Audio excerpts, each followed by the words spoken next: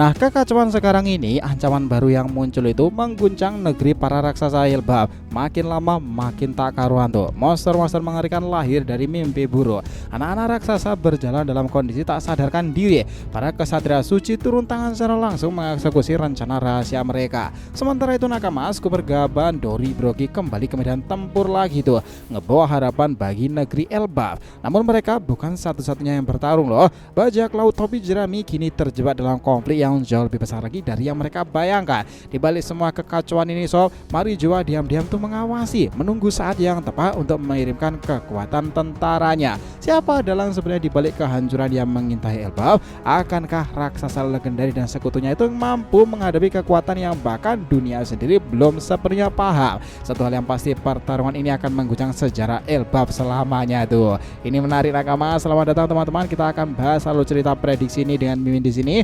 Joy Boy The Library of Nika. Let's go, kita mulai ceritanya.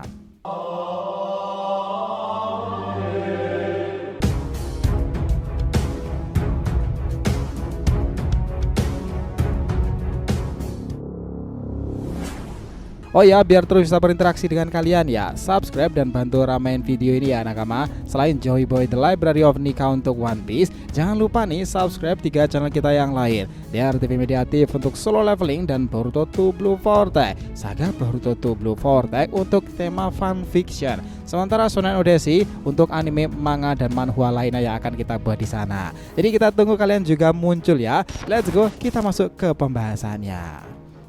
Jadi tuh gini, di tengah kekacauan yang melanda kisah One Piece sekarang ini, kabar mengejutkan menyebar luas ya. Helbab, negeri para raksasa yang selama ini relatif tenang beberapa tahun terakhir, menghadapi ancaman serius lagi.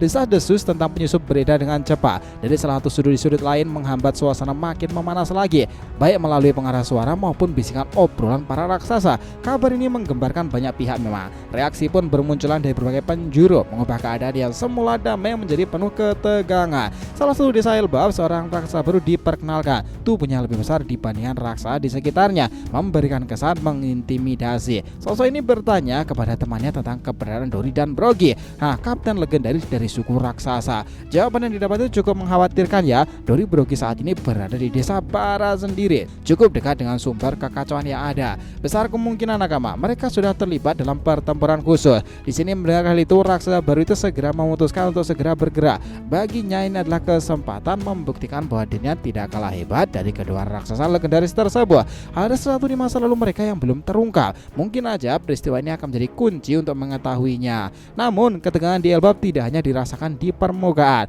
Di langit sana, di dunia surga yang berada di wilayah paling atas Helbab, kabar tentang penyusup sudah sampai ke telinga para bangsawan. Salah satu bangsawan itu berpendapat bahwa untuk saat ini biarkan para prajurit biasa menangani situasi tersebut. Jika keadaan benar-benar tidak bisa dikendalikan, barulah pasukan elit dari dunia surga akan dikirim turun ke sana. Rupanya nakama tidak sembarang prajurit dari surga bisa turun tangan loh. Mereka tuh hanya dikerahkan jika situasi itu sudah berada di luar kendali. Sementara itu di tempat lain nakama, Skuper Gaban Dori Brogi berada di atas kapal Great Eric itu yang melayang di langit. Pertarungan singkat mereka itu melawan monster-monster mimpi buruk yang diciptakan oleh Gillingham masih aja berlanjut. Monster-monster ini lahir dari ketakutan anak raksasa yang dididik melalui kekuatan misterius ya. Meski demikian, kekuatan Gaban Dori Brogi jauh melampaui ancaman yang ada. Dengan mudahnya mereka berhasil mengalahkan banyak monster yang berkeliaran di desa barat itu. Para kru bajak laut Warrior of Helbab tersebut bersorak gembira menyaksikan kehebatan kapten-kapten mereka. Di tengah perjalanan menuju sekolah Walrus, salah satu kru berkomentar bahwa sudah lama sekali Helbab tidak mengalami kekacauan yang disebabkan oleh orang luar. Beberapa tahun terakhir, gangguan di Helbab selalu berpusat pada Loki, sebelum akhirnya ia ditangkap oleh legenda seperti Akagami-sama. Setelah itu, Helbab memasuki masa damainya yang cukup panjang. Kru lain menambahkan bahwa terakhir kali terjadi kekacauan besar akibat serangan dari luar adalah puluhan tahun lalu. Saat itu Dori Brogi sedang tidak berada di Helbab karena pertarungan di Little Garden. Sementara itu suku bergaban juga belum ada di pulau tersebut. Kekacauan kala itu dipicu oleh aliansi beberapa kerajaan dan kelompok bajak laut besar yang menyerang negeri tersebut dengan tujuan merampas harta berharga dan juga kayu ada, material langka yang menjadi kebanggaan negeri raksasa Helbab. Mereka sadar betul bahwa menghadapi Helbab bukanlah perkara mudah jika hanya mengandalkan satu kelompok saja, sehingga mereka itu ngebentuk aliansi besar nih. Namun namun para raksasa tidak tinggal diam. Dengan kekuatan penuhnya mereka itu menghadapi ancaman yang datang. Nah, dalam kilas balik itu dua tokoh besar yang berperan penting dalam pertempuran tersebut diperlihatkan. Raja Harald yang pada masa itu masih memiliki tanduk itu tampil begitu garang dan kuat.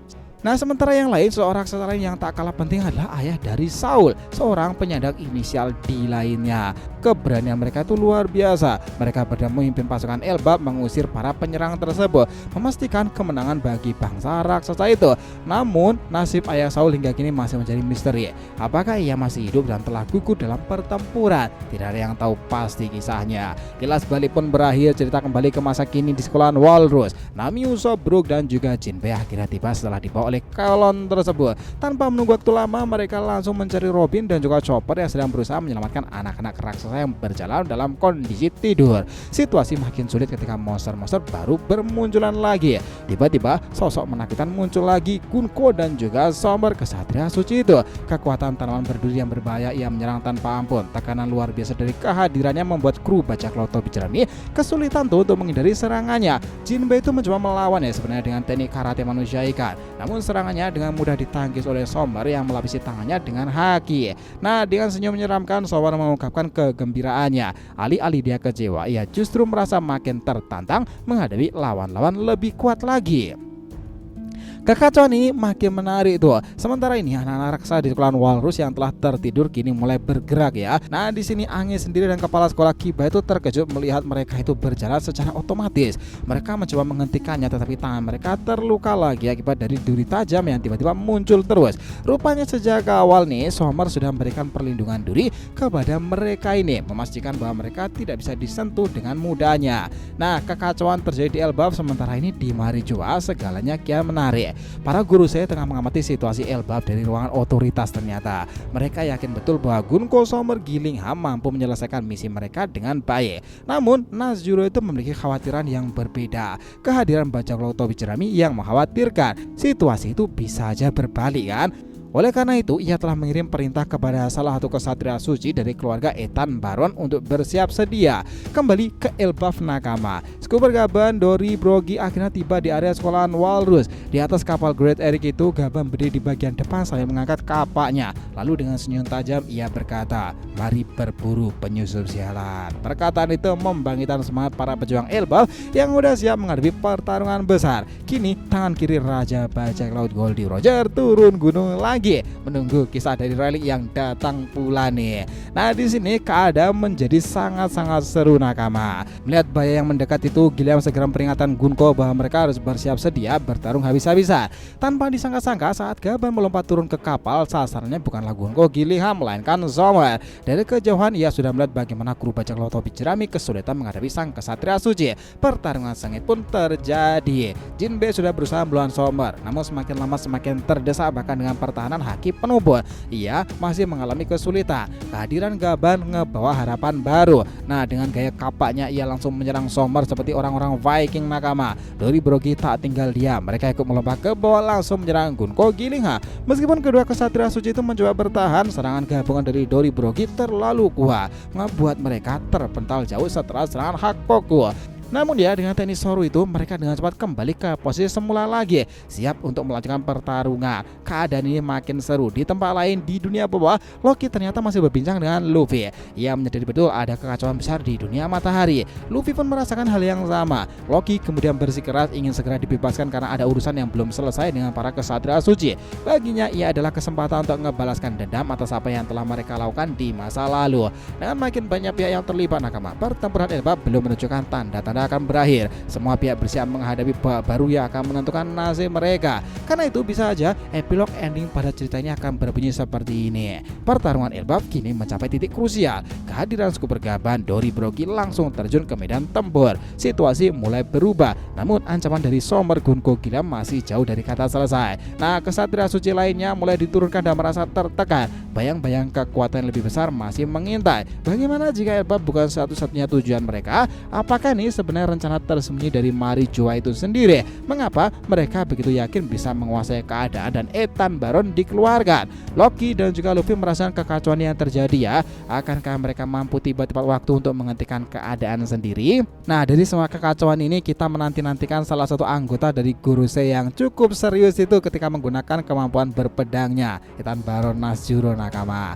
Jadi kalau mau disimpulkan ya, bahwa kekacauan di Elbaf telah mencapai puncak-puncaknya. Pertarungan sengit antara rasa legendaris bajak laut topi jerami para kesatria suci makin menegangkan. Scuba Gaban, Dory dan Brogy menunjukkan kekuatan luar biasanya, tetapi menghadapi 3 kesatria suci Somber, Gunko, Gilliam dan juga ditambah satu lagi yang belum datang, kekacauan akan makin besar. Luffy Loki menyadari pertempuran ini hanyalah permulaan dari perang Ragnarok. Orang-orang besar akan pada bertatangan di Elbaf nanti. Ditambah lagi seorang legendaris turun gunung seperti tangan kiri Raja Bajak Laut Scuba Gaban. Wow, itu bakal menjadi pertempuran heroik dan menarik sih nakama. Kalian sendiri gimana? Excited gak untuk menantikan bagaimana kelanjutan kisah One Piece ke depannya? Stay tune, oke? Jadi itulah tadi ya pembahasan kita mengenai apa yang terjadi pada kisah One Piece ke depannya nanti nakama. Terima kasih banyak telah menonton video ini sampai akhir. Jika kalian punya pendapat langsung aja komentar di bawah nih dan kita akan usahakan respon, oke? Sampai jumpa di video selanjutnya nakama, dan Joy Boy Sang Nika telah kembali ke peradaban One Piece.